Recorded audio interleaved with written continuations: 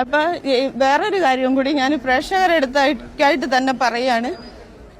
ഈ ഷിബിലേന്റെ ഇത് വെച്ചിട്ട് കേസ് കൊടുത്തതിനാണ് ഷിബിലേനെ കൊന്നതെങ്കിൽ ഈ വാർത്ത കൊടുത്തതിന്റെ ഇതില് കുറഞ്ഞ ആളുകൾക്ക് ശേഷം 2 മാതാപിതാക്കൾ കൂടി കൊല്ലപ്പെട്ടതായിട്ട് ചിലപ്പോ വാർത്തയില്. അയാളിപ്പോഴും നിങ്ങളുടെ വീടിന് പരിസരത്താണോ? അയാള് തൊട്ടടുത്ത് തന്നെയായിരുന്നു. പക്ഷെ ഇപ്പൊ ജയിലിൽ നിന്ന് ഇറങ്ങിയാണ്.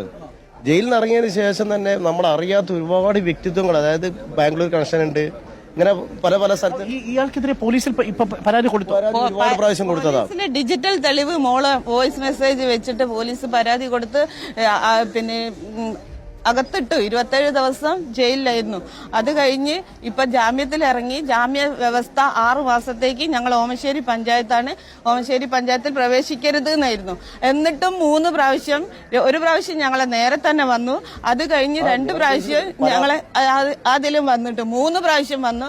ആ ജാമ്യം ക്യാൻസൽ ചെയ്യാൻ ഡിവൈഎസ്പി ആയിട്ട് ബന്ധപ്പെട്ട് കേസ് കൊടുത്ത് ഇന്നലെ ഞാൻ കോടതിയിൽ പോയി വന്നതുമായിട്ടുള്ള ബന്ധത്തിൽ നിന്ന് മോള് ഈ ബന്ധത്തിൽ നിന്ന് പിന്മാറിയതാണോ നിങ്ങളോടുള്ള പകയ്ക്ക് കാരണം? അതെ അതെ അതെ അതെ അതെ അതാണ് സംഭവിച്ചു നടക്കുന്നത്. അയാളുടെ പേരെന്താ? അമൽ ബെന്നി. അയാൾ 3 തവണ ജാമ്യം ലംഘിച്ചു, വ്യവസ്ഥ ലംഘിച്ചു. ഏത് പോലീസ് സ്റ്റേഷനാണ് നിങ്ങളുടെ? Kodanchery police station. തീർച്ചയായിട്ടും കോടഞ്ചേരി പോലീസ് സ്റ്റേഷനിൽ ഇത് കാണുന്ന SHO ഇത് കാണുന്നുണ്ടാവുമല്ലോ. അപ്പൊ പ്രത്യേകം ശ്രദ്ധിക്കേണ്ട ഒരു കാര്യം, 3 തവണ ജാമ്യം ലംഘിച്ചിട്ടുണ്ട് അമൽ എന്നുള്ളത് ഈ കുടുംബം പറയുന്നു. ഇവരുടെ നേരെ തന്നെ അങ്ങനെ അവർ വന്നിട്ടുണ്ട് എന്ന് പറയുന്നു. ഒരു വോയിസ് മെസ്സേജ് ഉണ്ട്. ഷിബിലിയുടെ കാര്യത്തിൽ സംഭവിച്ചതറിയാമല്ലോ, ചെന്താമരയുടെ കാര്യത്തിൽ സംഭവിച്ചതറിയാമല്ലോ. ഇനി ഈ നാട്ടിൽ അങ്ങനെ ഒരു ദുരന്തം താങ്ങാനുള്ള ശേഷിയില്ല. ഇത് നമ്മളുടെ ചാനലിലൂടെ തുറന്നു പറയേണ്ടി വരുന്നത് പോലീസ് സ്റ്റേഷനുകളിൽ പോയി പറഞ്ഞിട്ടും അവർക്ക് സുരക്ഷ കിട്ടുന്നില്ല എന്ന തോന്നലുണ്ടാവുന്ന ഒരു ഘട്ടത്തിലാണ്.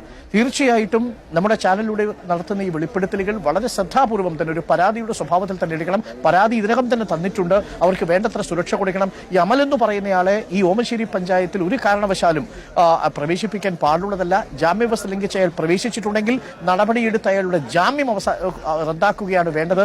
ലഹരി ഉപയോഗിക്കുന്നവൻ മനുഷ്യരായിട്ടല്ല പെരുമാറുക. തൊട്ട് മുന്നിൽ വരുന്നയാളെ ശത്രുവായിട്ടും പകയോടുകൂടിയും കാണാനുള്ള ശേഷിയുണ്ടാവും. ആഷിഖിന്റെ കാര്യത്തിൽ നമ്മൾ കണ്ടു, ഷിബിലിയുടെ കാര്യത്തിൽ നമ്മൾ കണ്ടു, ഇപ്പോൾ ഇത് അമലിന്റെ കാര്യത്തിൽ നമ്മൾ കണ്ടുകൊണ്ടിരിക്കുന്നത്. കൂടിയാണ് ഞങ്ങൾ ജീവിക്കുന്നത്. കാരണം ടെൻഷന്റെ ആവശ്യമില്ല. എനിക്കൊന്ന് നിങ്ങൾ ഓമശ്ശേരി പഞ്ചായത്ത്, അതെ അതെ, അവിടുത്തെ പൗരസമൂഹമാണെങ്കിലും ഇത് കണ്ടുകൊണ്ടിരിക്കുന്നവർ ഈ കുടുംബത്തിന് പൂർണ്ണ സുരക്ഷ നൽകുമെന്ന കാര്യത്തിൽ തർക്കമില്ല. സാറേ, ഇത്രയൊക്കെ ചെയ്തിട്ട് 24 കൊല്ലം പൊന്നുപോലെ വളർത്തിയ ഞങ്ങളാണിപ്പോ നാട്ടില് കുറ്റക്കാര്.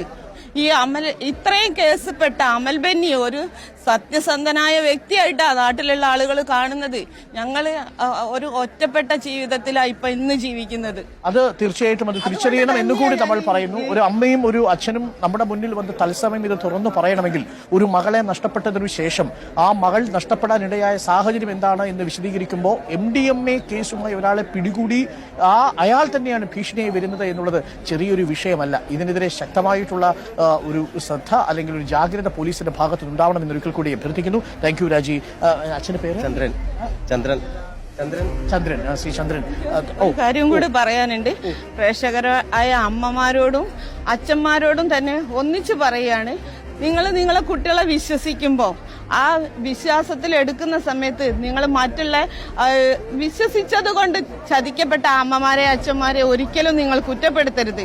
കാരണം ഇന്ന് നിങ്ങൾക്കത്, നിങ്ങളുടെ കുട്ടികൾ ചിലപ്പോ രക്ഷപ്പെട്ടു പോയവരായിരിക്കും, പക്ഷെ നിങ്ങളുടെ കുട്ടികളുടെ കുട്ടികൾ, അതായത് പേരക്കുട്ടികൾക്ക് ഇന്ന് വന്നുകൂടായികയില്ല.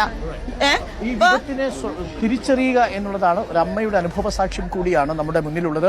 മിനി എന്നൊരമ്മയെ കണ്ടു, ഇപ്പോൾ രാജി എന്ന മറ്റൊരു അമ്മയെ കൂടി നമ്മൾ കാണുന്നു. രാജി എന്ന അമ്മയ്ക്ക് നഷ്ടപ്പെട്ടത് ഒരു മകളെയാണ്. മിനി എന്ന അമ്മ സ്വന്തം റിസ്കിൽ